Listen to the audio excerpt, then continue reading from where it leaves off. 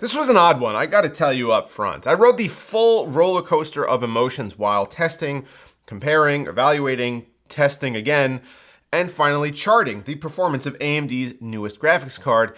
And as evidenced by some texts with other tech YouTubers, I wasn't the only one. The AMD RX 5600 XT is here, it overclocks, and we're gonna talk about it.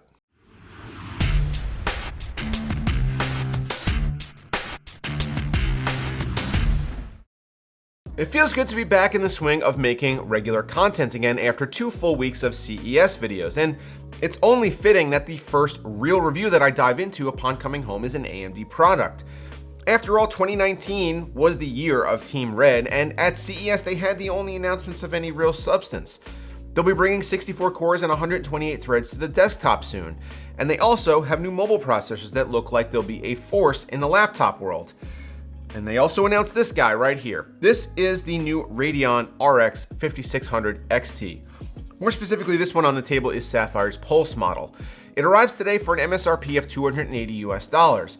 And while the vocal minority in the community may not be crying out for another mid-range GPU from AMD, the reality is that this is where the vast majority of buyers end up. $200 to $300 is the sweet spot for most graphics card purchases, and while trotting out a flashy $1,000 flagship may look good on paper, those don't move nearly as many units, and they only account for a fraction of total revenue for both Nvidia and AMD. So while the 5500 XT was not, to be honest, exciting or even a great performer, I had much higher hopes for the 5600 XT, if for nothing else than because the performance target was Nvidia's GTX 1660 Ti, which is no slouch. The 5600 is also based on the same Navi die as the RX 5700, sporting the same 36 compute units, 2304 stream processors, 144 texture units, and 64 ROPs. So why is it less powerful exactly? Well, that comes down to memory. The 5600 XT is rocking only 6 gigs of GDDR6 and a listed, notice I said listed, memory bandwidth of 288 gigabytes per second on a 192-bit bus. Whereas the 5700 features 8 gigs on a 256-bit bus and 448 gigabytes per second of bandwidth. Other than that, the two cards are remarkably similar. This is good news for gamers, as now they basically have a lower priced version of the RX 5700 to choose from if they're planning on hanging out in 1080p land for a while and don't need the extra VRAM. But it did make me a little curious. If this is essentially the same chip on the same package, why is the memory running significantly slower, and does this mean that there's actually some overclocking headroom here? Emails with AMD during testing confirmed this, that they expect that the 5600 XT will actually be end user overclockable, and not in the technically it overclocks but not really kind of way that we've been used to seeing from AMD products over the past few years. And in fact, this is the very first thing that I did after I established some power and thermal baselines. I went straight for the manual OC settings, and not only that, but for memory speed. Memory was the kiss of death for 5700 XT overclocking. I have several cards where even if I touch the memory slider, they instantly torpedo the entire system. But to my honest shock and glee, I could actually overclock the 5600's memory all the way up to 1860 MHz from a base of 1500. Not only that, but I used AMD's new Adrenalin 2020 software to max out the GPU core overclock at plus 10%.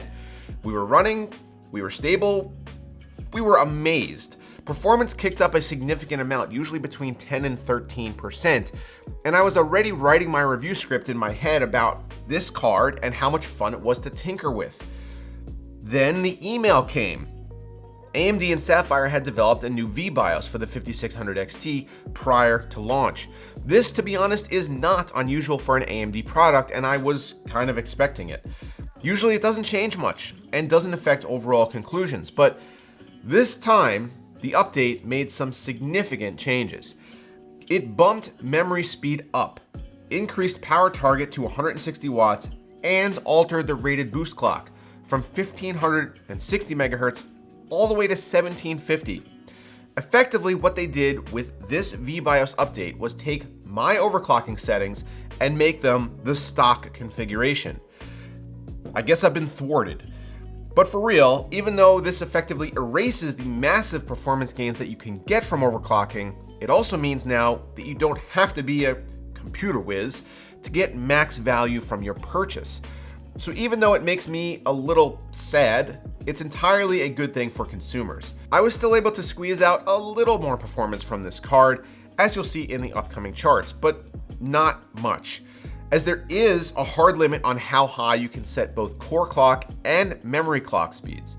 The memory caps out at 1860, and you can't push the GPU core past 1820, no matter what crazy numbers you try to manually enter, and regardless of if you're using the AMD software or something like MSI's Afterburner. There is one more thing to discuss though, and that's price. $280 is a nice starting point, and it comes right at the MSRP of NVIDIA's GTX 1660 Ti and $70 less than the RTX 2060. But since the announcement of the 5600 XT, two things have happened. The first is that at CES, EVGA introduced this guy right over here, the RTX 2060 KO. Through some green voodoo, they were able to shave $50 off the price of this card, which retails for $300, very close to the 5600 XT.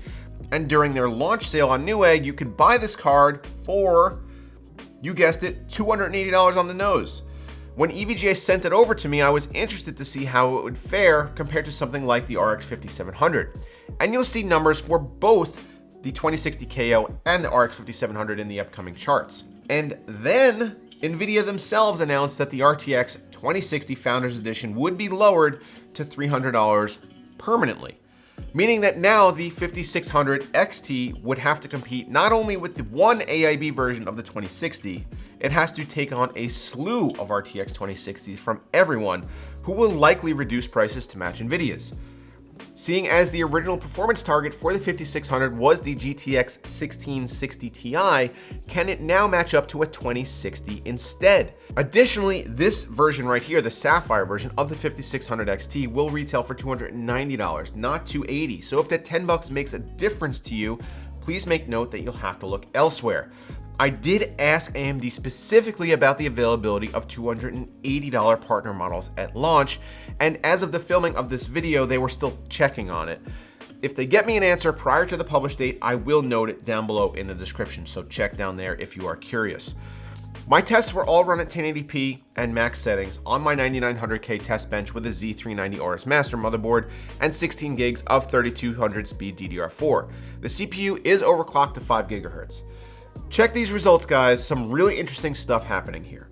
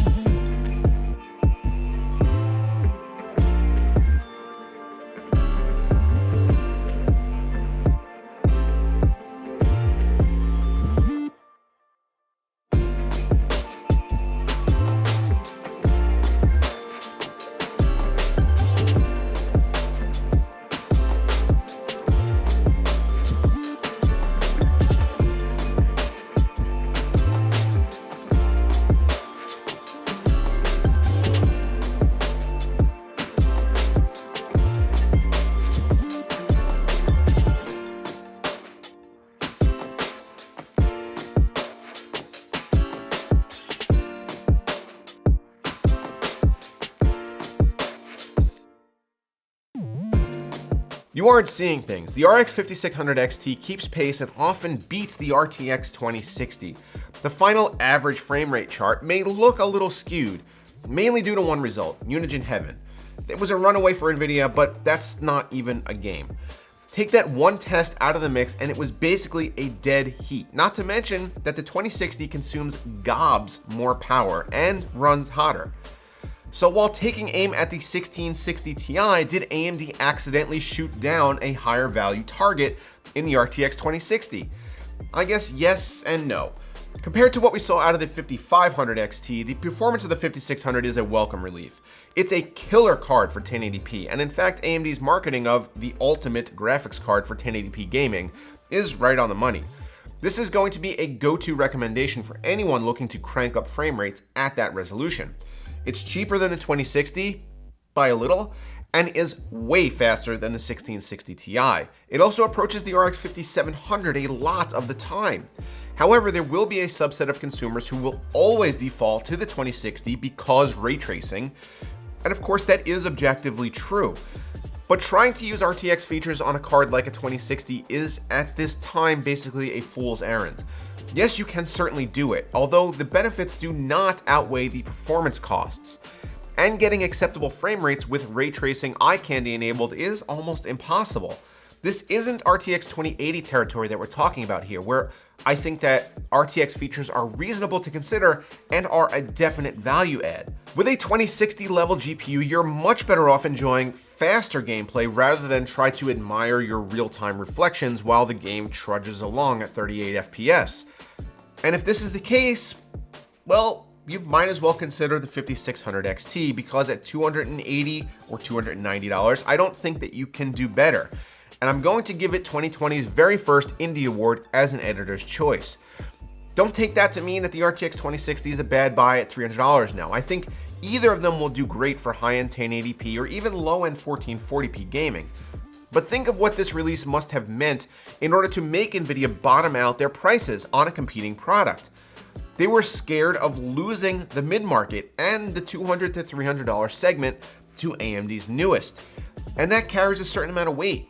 Not only is the 5600 XT a really strong performer, it warped the entire market around it even before it launched. So what do you guys think of AMD's latest graphics card? Let me know down below in the comments. Also, don't forget to subscribe to the channel, hit that like button, and also consider checking out our merchandise store at bpscustoms.com for hoodies like this one. Thanks for watching, guys, and we'll see you next time.